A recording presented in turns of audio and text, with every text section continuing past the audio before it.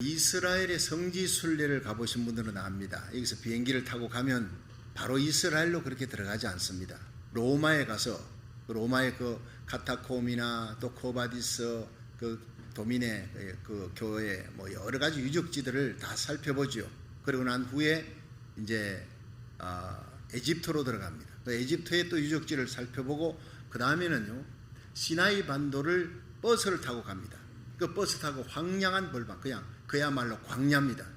거기를 얼마나 몇 시간을 달려가야 되는지 몰라요. 가다가 한복판에 씁니다. 그리고 버스 운전사가 여기 다들 내리세요. 내려니까 여기서 이스라엘 백성들이 40년을 광야길을 걸었던 곳입니다. 둘러보니까 정말 풀포기도 별로 없어요. 그냥 모래사막은 아니지만 그 광야입니다. 어떻게 여기서 살았을까? 어떻게 40년을 여기서 살았나? 하늘에서 만나가 내리지 않으면 살 수가 없어요. 하나님이 생수를 주지 아니하면 살 수가 없었다고요. 하나님 채우시는 하나님, 기적을 베풀어 이스라엘 백성을 40년 동안 먹을 것 마실 것을 다 공급해 주신 하나님은 오늘도 우리들의 하나님인 줄로 믿습니다. 거기에서 은혜를 받는 거예요. 그 다시 버스 올라타고 이제 또 몇 시간을 달려갑니다. 나중에는 사람들이 지쳐서 그냥 자다가 피곤하니까. 그런데 갑자기 소리를 지르는 거예요. 호수다, 바다다, 물이다. 그런데 소리를 지르는데 눈을 떠보니까 갈릴리 바다가 나타났어요. 여러분 광야길 끝없이 달려가다가 그 바다를 한번 보세요. 얼마나 감탄이 되는지. 근데 그 푸른 바다를 보면서 이제 갈릴리 호수의 예수님의 사역지에서 이제 가이드를 따라서 이곳저곳 다니면서 구경하는데 갈릴리 바다가 엄청 넓습니다. 미국의 그 미시간 오데오에 있지요. 얼마나 넓습니까? 그건 담수호입니다. 바다가 아닌데 그건 바다 같아요. 마찬가지로 이 갈릴리 호수는 남북이 21km입니다. 동수가 15km입니다. 그 최장 깊은 바다는요, 그 30m에서 40m, 42m까지 내려갑니다. 그러니까 이건 뭐 호수라고 할 수 없는 어마어마한 그의 바다라고 갈릴리 바다라 이렇게 통칭 부릅니다. 근데 거기는 한 120개 이상의 산들이 병풍처럼 둘러있고 저 위에 보면 아주 멋있게 하얀 모자를 쓴 그런 멋있는 산이 있습니다. 그게 만년설을 덮어쓰고 있는 헐몬산입니다. 아주 신령하게 보입니다. 그런데 거기에서부터 찬 기류가 내려옵니다. 내려오면서 이 갈릴리 바다의 따뜻한 기류하고 부딪히면서 이게 돌개바람이 돌풍입니다. 성경 오늘 광풍이라고 일하는데 이런 광풍이 갑작스럽게 일어나는 거예요. 예고 없이 일어납니다. 지형적인 이유 때문에 그렇습니다. 그런데 우리 인생이 오늘 마가복음 4장 35절에 예수님이 제자들과 함께 그라사로 향하는 배에 올라탔는데 가다가 광풍이 일어났다. 자, 이 배경을 제가 설명해 드렸습니다. 인생은 이와 같다는 거예요. 여러분 우리가 예수 믿고 천국까지 가는 그 길에 인생길에 언제 어느 때 고난의 광풍이 들이닥칠지 아무도 모른다는 겁니다. 여러분 지난 금요일 날 얼마나 놀랐습니까? 저녁 8시가 다 돼서 정확히 보니까 7시 58분이었다고 이제 기록이 되어 있는데 제가 저녁 식사를 하고 있는데 갑자기 꽝 소리가 나는데 저는요 뭐 수류탄 터지는 줄 알았어요. 집이 우르르 울리면서 그냥 천장이 말이죠 막 깨지는 소리가 나는 거예요. 제가 미국 와서 21년 지진을 여러 번 겪었지만 가장 제게 크게 와닿았습니다. 뭐 알고 보니까 칼슨 지역 가장 가까운데 진원지가 됐기 때문에 뭐 진도 4.3인데 내가 느끼는 한 6.5로 느껴졌어요. 얼마나 이게 큰지 곧 무너질 것 같았어요. 그래서 제가 거기서 지진이다 하는 걸 느꼈지만 꼼짝을 할 수 없어요. 지진이 일어나면은 탁자 밑에 숨어야 된다. 뭐 평상시 지식이 아무 소용이 없더라고요. 예. 밖으로 뛰어나가려니 이게 도대체 발이 움직여지지 않는 거예요. 꽝 소리가 나면서 흔들리는데 그 다음에 무너지겠구나 하는 생각밖에 들지 않아요. 탁자 밑에 들어갈 생각도 나질 않는 거예요. 다행히 그냥 지나갔습니다. 비군에 대한 두려움을 안고 있는 캘리포니아에 사는 사람들이 얼마나 두려웠을까요? 예. 저는 예수님의 말씀이 생각났어요. 마태복음 24장 43절에 도적같이 오리라. 도적같이 오리라. 너희도 예비하고 있으라. 생각지 않은 날 생각지 않은 때에 인자가 오리라. 예. 죽음도 이렇게 닥칠 수 있습니다. 예수님의 재림도 이렇게 닥칠 수가 있습니다. 준비해야 되는 거예요. 갈릴리 바다의 광풍도 이렇게 예고 없이 들이닥쳤습니다. 제자들은 아무 준비 없이 그 광풍을 맞이하는 거예요. 이 광풍 속에 물길이 부딪혀 배에 가득하게 되면, 그러니까 배가 침몰하게 되는 위기 속에 닥쳤을 때 이 본문에는 예수 그리스도가 누구인지 잘 보여줍니다. 우리 오늘 이 본문을 통해서 함께 은혜 받는 시간 되기를 주의 이름으로 축원합니다. 첫째로, 큰 광풍 속에서 친구이신 예수님을 깨닫게 되어지는 거예요. 우리 마가복음 4장 36절에서 38절을 한번 읽어봅니다. 시작. 저희가 무리를 떠나 예수를 배에 계신 그대로 모시고 가매 다른 배들도 함께 하더니 큰 광풍이 일어나며 물결이 부딪혀 배에 들어와 배에 가득하게 되었더라. 예수께서는 고물에서 베개를 베시고 주무시더니 제자들이 깨우며 가로되 선생님이여 우리의 죽게 된 것을 돌아보지 아니하시나이까 하니 아멘. 자, 여러분, 예수님께서 주로 사역하셨던 곳은 가버나움입니다. 그 가버나움 지역에서 제자들에게 건너편으로 가자 그랬어요. 그러니까 우리가 저편으로 건너가자라고 명령하셨습니다. 또 예수님이 같은 배 타셨어요. 그 배 타고 이제 가는 거예요. 예수님을 모시고 가는 배. 여러분, 예수님과 함께 예수님의 명령 따라 저편으로 건너가자. 자, 그렇게 해서 가는 거예요. 그러면 일어나던 풍랑도 잔잔해야지. 왜 없던 풍랑이 갑자기 들이닥칩니까? 예수님과 함께 가는데, 주님 말씀에 순종해서 가는데. 그렇습니다. 우리는 많은 사람들이 예수 믿는 사람들이 어려움을 당하고 막 그냥 환난을 당하면 저 사람은 죄 지어가지고 저 죄의 값을 받는 것이다, 그렇게 생각해서는 안 된다는 얘기예요. 예수님 모시고 예수님과 함께 주님 명령 받고 순종해서 가는 그 인생길에도 어려움이 닥칠 수가 있다는 것을 오늘 보여주는 것입니다. 함부로 그런 어려움을 당한 사람을 정죄하지 말라는 것입니다. 그런데 38절을 보니까 예수께서 고물에서 베개를 베시고 주무시는, 이게 문제입니다. 예수님이 그 광풍 속에 제자들은 살려고 발버둥을 치고 그냥 어떻게 하면 육지에 대보려고 애를 쓰는데 예수님은 주무시고 계신 거예요. 고문에서. 배는요, 이물과 고물이 있는데 이물은 앞부분입니다. 고물은 뒷부분이에요. 그 예수님께서 고물에서 베개를 베고 주무시는 제자들이 깨우면 선생님이 우리를 구원해 달라고 소리치며 흔들 때까지 예수님은 주무셨다는 거예요. 그러니까 예수님이 아마 가버나움에서 배를 탈 때 그라사 지방으로 건너갈 때 타고 난 다음에 바로 얼마나 피곤했던지 바로 베개 하나 옷 같은 거 둘둘 말아가지고 거기에다가 베개해서 고물에 배 뒤편에서 주무셨다 이 말이에요. 여러분, 그 길을 보면 예수님이 얼마나 피곤하셨는가 알 수 있습니다. 예수님의 사역, 하나님의 나라 복음 전하며 병든 자를 고치고 몰려오는 사람들 치료해주고 말씀 전하고 귀신 쫓아내고 얼마나 힘듭니까? 그런데 예수님이 너무너무 피곤해서 주무시는 이 모습이 우리의 가슴 속에 너무나 친근한 예수님의 모습, 너무나 인간적인 예수님의 모습을 볼 수가 있다는 것입니다. 여러분, 예수님에게도 휴식이 필요했어요. 하나님인 예수님은 휴식이 필요 없습니다. 그러나 인간 예수님은 휴식이 필요해요. 하나님이 인간의 몸을 입고 이 땅에 오신 예수님, 그 사역에 너무너무 피곤하고 지친 거예요. 광풍 속에서도 주무셔야 했던 휴식이 필요한 예수님, 너무 피곤한 예수님. 주님은 오늘도 삶에 지친 성도들의 그 고통과 힘든 세상사를 누구보다도 잘 알고 계시는 분이다, 이 말씀입니다. 이 피곤에 지쳐서 주무시는 예수님의 모습에서 우리는 한없는 친근미를 느낍니다. 사랑하는 친구요, 사랑하는 예수님, 나의 친구요, 이렇게 부르고 싶은 귀절입니다. 그래서 찬송가에 이런 게 있지요. 내 진정 사모하는 친구가 되시는 구주 예수님은 아름다워라. 그 찬송을 부를 때마다 때로는 눈물이 날 때가 있어요. 내 모든 것을 다 알고 계시는 거예요. 나의 눈물도 아픔도 억울함도 힘든 삶도 주님이 다 알고 계신다는, 나의 친구가 되신 분이에요. 그렇습니다. 우주를 창조하신 전능자예요. 모든 별들을 창조하신 거룩하신 하나님 전능자입니다. 그 하나님이 죄인된 우리들의 친구가 되시려고 이 땅에 인간의 몸을 입고 오신 겁니다. 육신의 몸을 입고 이 땅에 오셔서 어부들의 친구가 되고 병든 자의 친구가 되고 가난한 자의 친구가 되려고, 외로운 자의 친구, 억울한 자의 친구가 되시려고 이 땅에 육신의 몸을 입고 오신 줄로 믿으시기를 바랍니다. 그리고 우리 죄를 다 짊어지시고 마침내 십자가에 달려 죽으셨어요.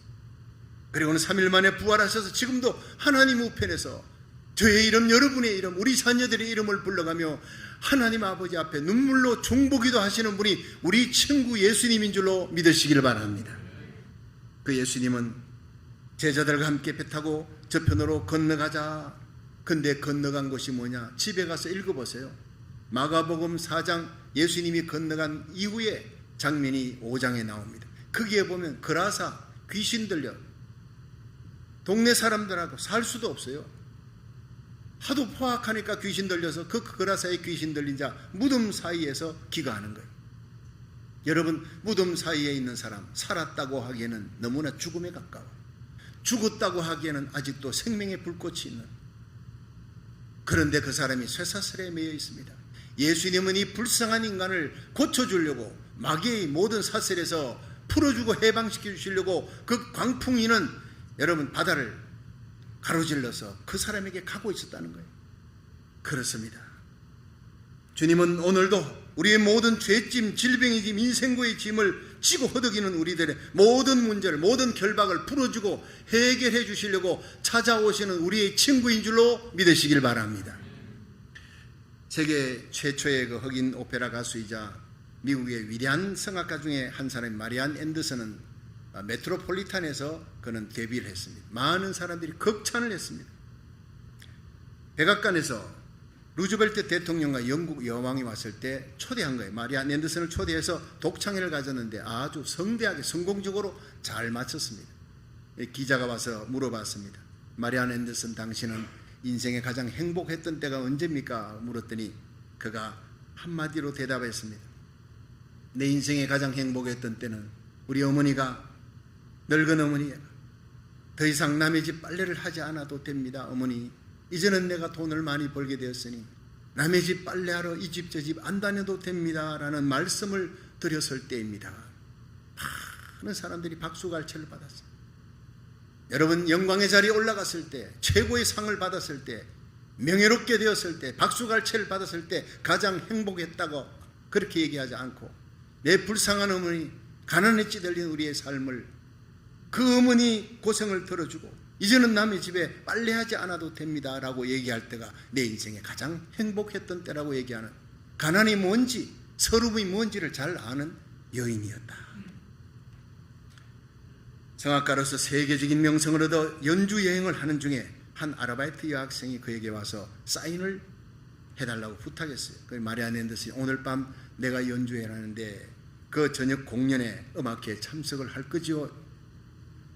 저는 가고 싶어요. 그런데 돈이 없어요. 눈물을 걸성걸성거리는 그 여학생 앞에서 바로 이 마리안 앤더슨은 아베 마리아를 불러줬다고 합니다. 그 한 사람을 놓고 1953년 한국전쟁 이후에 이 미군들이 거기 주둔하고 있으니 그 미군들, 고생한 미군들을 위해서 미국에서 일부러 날아갔어요. 그리고 마리안 앤더슨은 그들을 위문 공면하려고 부산을 찾아갔는데 부산에서 마땅한 공연 장소가 없잖아요. 겨우 찾은 것이 초라한 초등학교 운동장입니다. 그런데도 마다하지 않고 그 강단에 올라가서 열창을, 수많은 피난민들 앞에서 그들을 위로하기 위해 열창을 했던 마리안 앤더슨. 한 번은 마리안 앤더슨이 미국의 조그마한 도시에서 공연하기 위해서 거기를 갔는데 가난한 한 흑인 소녀가 자기가 묵고 있는 호텔에서 새벽부터 일하다가 너무 피곤했는지 한쪽 구석에서 쭈그리고 잠이 들어 있어요. 그런데 이 소녀가 눈을 떠보니까 자기 앞에 중년 흑인 여자가 쓰가지고 있는 거예요. 그 흑인 여자가 얘기했습니다. 너 참 힘들어 보인다. 많이 외로워 보이는구나. 그러자 이 소녀가 네, 오늘은요 그토록 내가 보고 싶었던 마리안 앤더슨이 와서 이 가까운 곳에서 공연을 하는데 내가 여기서 일을 하니까 갈 수가 없어요. 그게 제일 슬퍼요. 그러자 그 중년 여성이 그 소녀의 손을 잡고 나지막하게 노래를 부르기 시작했습니다. 그 노래 소리를 듣는 소녀가 눈물을 흘리면서 당신이 바로 마리안 앤더슨이군요. 그렇게 고백했다는 유명한 얘기예요. 마리안 앤더슨은 어렵고 가난했던 시절을 잊지 않고 세계적인 가수가 되었어도 언제나 외롭고 가난한 사람들의 친구가 되어줬습니다. 그래서 많은 사람들에게 그녀는 더욱 존경받는 사람이 되었습니다. 여러분, 예수님은 하나님이십니다. 우리의 모든 죄인의 친구가 되고 싶어 하늘 영광의 보좌를 버리고 천천만만의 천사들의 경배를 버리고 이 땅에 오신 분이에요. 우리 연약함, 우리의 눈물, 아픔, 고통, 억울함, 괴로움, 인생고의 아픔을 다 알고 계시는 분이에요. 지금도 우리의 모든 문제를 안고 주님께 나아가면 주님은 우리가 꿇은 무릎에 주님이 무릎을 꿇고 무릎을 맞대고 밤이 맞도록 우리와 대화를 나누고 싶어하는 분인 줄로 믿으시기 바랍니다. 그 문제를 해결해 주고 싶어 하시는 분이에요. 수고하고 무거운 짐진 자들아 다 내게로 오라 내가 너희를 쉬게 하리라 말씀하신 주님, 이 예수님을 여러분의 평생의 친구로 삼을 수 있기를 주의 이름으로 축원합니다. 두 번째, 큰 광풍 속에서 서성이신 예수님을 우리는 발견하게 됩니다. 우리 마가복음 4장 38절 한번 보겠습니다. 시작. 예수께서는 고물에서 베개를 베시고 주무시더니 제자들이 깨우며 가로되 선생님이여 우리의 죽게 된 것을 돌아보지 아니하시나이까 하니 아멘. 자, 이제 예수님께서 갈릴리 바다를 제자들과 함께 배 타고 가는데 이제 큰 광풍이 일어났죠. 예수님이 깊이 주무시는데 제자들이 막 흔들어 깨울 정도로, 이때 제자들이 놀란 겁니다. 이 광풍 속에서, 이 노도 광풍 속에 모두 살려고 아우성을 치고 배가 이제 물에 잠기게 생겼습니다. 그러니까 물을 막 퍼내느라고 얼마나 소리 지르고 비명을 지르고 하는 통에 예수님이 아무 소리를 못 들은 것처럼 깊이 잠들어 있는 예수님 모습, 아주 경이로운 모습입니다. 아니, 어떻게 저렇게 평안하게 잘 수 있느냐? 어떻게 인간으로서는 할 수 없는 일이다. 예수님 속에 하나님의 평안이 있기 때문입니다. 여러분, 지금 1년 8개월이 넘는 코로나 팬데믹, 변종 바이러스, 여러분 내일 일을 모릅니다. 올 연말 지나면 괜찮겠거니 내년 지나면 괜찮겠거니 아무도 모릅니다. 이런 어려운 상황 속에 모두가 정도 차이지만 다 우울증 걸려 있는 것 같아요. 그러나 우리 그리스도인들은 그렇게 우울증 걸리면 안 돼요. 우리에게는 부활의 예수님의 능력이 우리에게 있는 줄로 믿으시기 바랍니다. 우리를 위해 죽으시고 부활하신 예수님의 능력과 권능 아래서 빌립보의 감옥 속에서도 찬송하며 기뻐하며 노래 부르며 그 찬송으로 옥문을 터뜨리고 착고를 풀었던 이 빌립보 감옥의 영웅이 누굽니까? 여러분, 바울과 실라입니다. 오늘 우리 그리스도인들은 이 어렵고 힘든 시대에 바울과 실라같이 예수 부활의 능력 가운데 감사하며 살고 찬송하며 살고 기뻐하며 살고 쓰러진 자를 일으키며 살아갈 수 있기를 주의 이름으로 축원합니다. 여러분, 경이로운 그리스도인의 모습, 아무리 힘들고 어려운 환경이지만 예수 부활의 능력 가운데 살아가는 저와 여러분의 모습을 보여줄 수 있기를 주의 이름으로 축원합니다. 여러분, 예수님 말씀하셨어요. 내가 너희에게 평안을 준다. 이 평안은 세상이 주는 것 같지 아니하다. 내가 너희에게 평안을 주노니 하늘에 주는 평안, 나의 평안을 너희에게 주노라. 요한복음 14장 27절에 여러분, 세상이 주는 평안, 세상이 주는 기쁨, 그 물질, 명예, 권세, 사람이 주는 거, 그건요, 기쁨을 주는, 평안을 주는 요소가 떠나버리면 그 기쁨도 평강도 사라집니다. 그러나 예수님이 주시는 평안, 십자가 부활, 영생, 성령이 주시는 평안입니다. 예수님이 죽으시고 부활하여 하나님 우편에 가셔서 성령을 보내셨는데 이 성령이 여러분 가운데 임하면 오순절 성령 받은 베드로가, 제자들이 어떤 어려운 속에서도 그들은요 담대히 복음 전하며 찬송하며 살았어요. 이 예수 부활의 능력으로 주어지는 그 평안이, 예수님 안에 계셨던 이 평안이 저와 여러분의 가슴 속에 넘치기를 주의 이름으로 축원합니다. 이 평안 속에 살아가기를 원하는 거예요. 내가 너에게 평안을 준다. 나의 평안을 너에게 주노라. 세상에 주는 것 같지 아니하다, 이 말이에요. 여러분, 참으로 염려, 걱정, 근심이 많고 두려움과 무서움, 쓰나미같이 몰려오는 하루하루의 삶 속에서 갈릴리 바다의 광풍 속에 주무시던 그 주님의 평안이 너무 그리운 거예요. 친구끼리는요 그냥 가까이 가서 사귀면 되는 대상입니다. 그런데 서성은 사귀는 대상이 아니라 따라가야 되는 거예요. 그냥 배우고 그분을 따라가는 겁니다. 여러분, 우리는 예수님의 평안을 배우고 예수님을 따라가면 그 평안이 우리에도 주어진다 믿고 서성 대신 예수님을 따라갈 수 있기를 축원합니다. 그리고 예수님의 제자 베드로가 잘 봤잖아요. 자기는 그냥 비명 지르고 노를 젓고 물을 퍼내려고 난리치는데 예수님 주무시는 걸 봤다고요.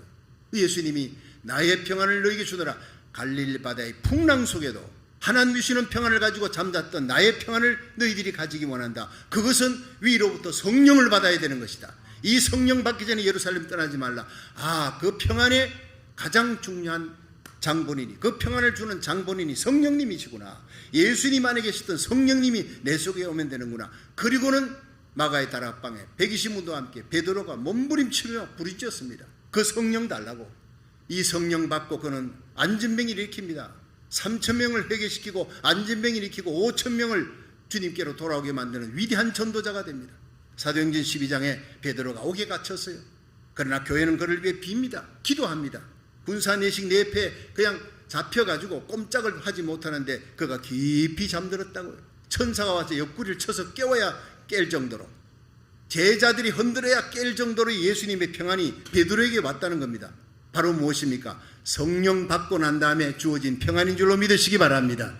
우리가 이 예배 가운데 성령의 기름 부음이 여러분의 심령에 충만하기를 주의 이름으로 축원합니다. 그럼 어떤 상황 속에서도 찬송할 수 있습니다. 감사할 수 있고 기뻐할 수 있습니다. 여러분, 예배는 그냥 신앙 강좌 한 편 잘 듣고 가는구나 아닙니다. 이 예배 가운데 성령의 기름 부음이 여러분에게 임하는 예배가 되기를 주의 이름으로 축원합니다. 그렇습니다.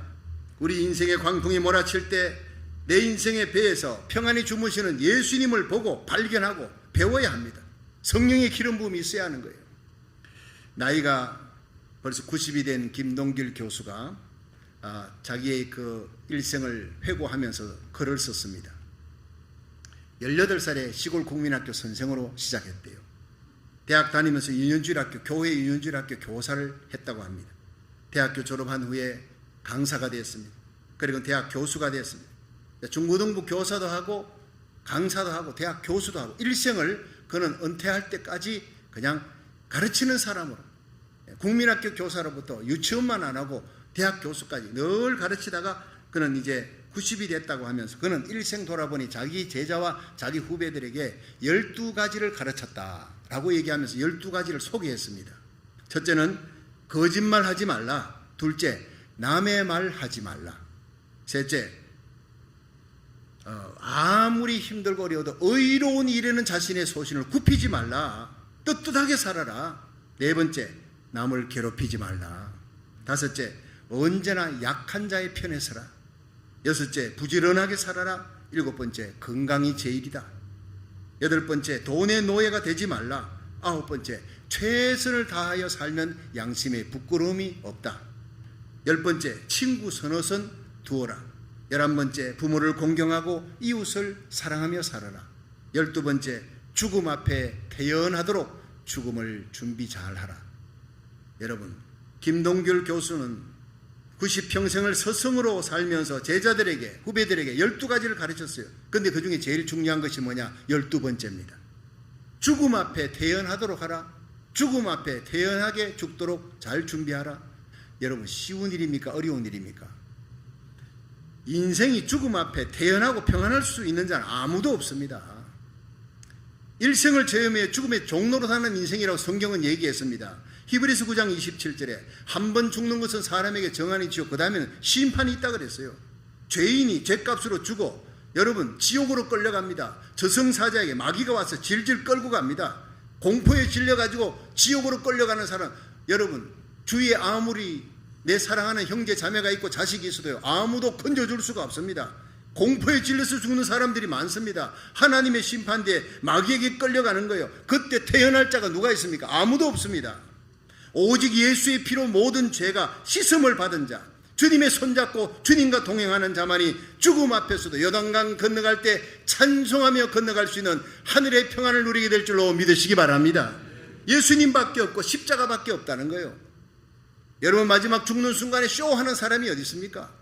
예수 잘 믿으면 마지막 죽는 순간에 하늘의 평강이 임하고, 예수 안 믿으면 공포에 질려 마귀에게 끌려가는 것이 죽음입니다.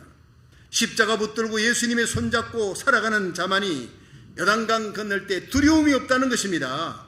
인생의 마지막 광풍이 몰아닥칠 때 모든 두려움, 모든 무서움, 모든 공포를 이길 수 있는 것은 오직 십자가의 능력밖에 없는 줄로 믿으시기 바랍니다. 십자가의 도가 멸망하는 자에게는 미련한 것이로되 구원 얻는 우리에게는 하나님의 능력이 되는 것입니다. 모든 사람이 죄를 범하였음에 하나님의 영광에서 떠났더니 그리스도 예수 안에 있는 구속으로 말며 하나님의 은혜로 값없이 의롭다 하심을 얻은 자, 우리 마지막 요단강 건너가면서도 찬송하며 주님의 손잡고 건너갈 수 있기를 주의 이름으로 축원합니다. 마지막 세 번째, 큰 광풍 속에서 하나님의 아들 예수 그리스도를 발견하게 됩니다. 우리 한번 마가복음 4장 39절 함께 읽겠습니다. 시작.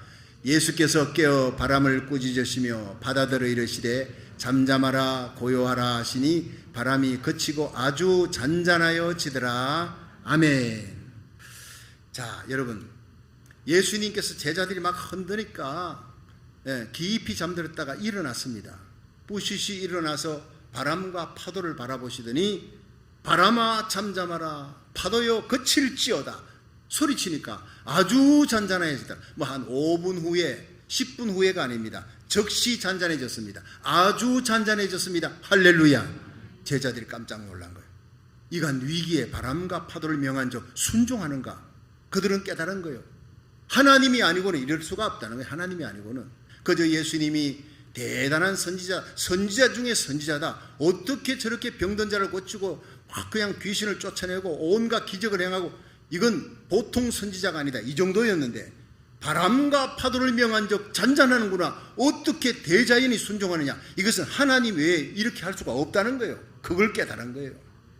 예수님께서 제자들에게 바람과 바다가 잔잔한 후에 말합니다. 너희가 어찌 이렇게 무서워하느냐? 왜 두려워하느냐? 너희가 어찌 믿음이 없느냐? 그게 뭡니까? 내가 이 바다에 한복판에 떠 있는 이 배 안에 내가 있다. 내가 하나님인데, 내가 하나님의 아들인데 너희가 어찌 내가 여기 있는 것을 알지 못, 내가 하나님인 걸 알지 못하고 이 바다에 풍랑과 바람이 나를 뒤집어 놓을 수 있다고 생각하느냐? 어찌 너희들이 이렇게 믿음이 없느냐?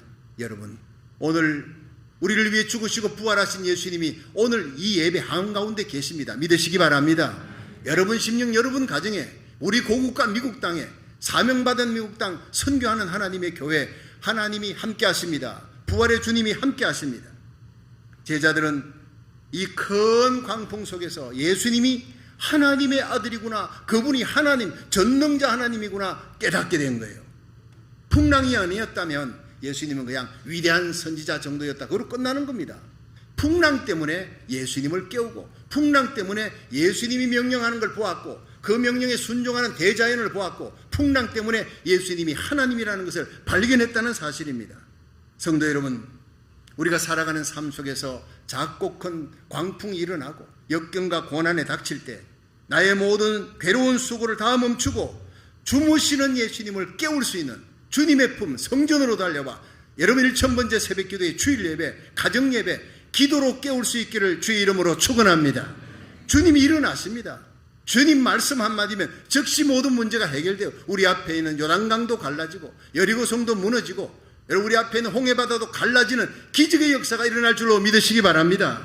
나는 환난 날에 내 이름을 부르라. 내가 너를 건지리니 네가 나를 영화롭게 하리라. 시편 50편 15절은 약속했습니다.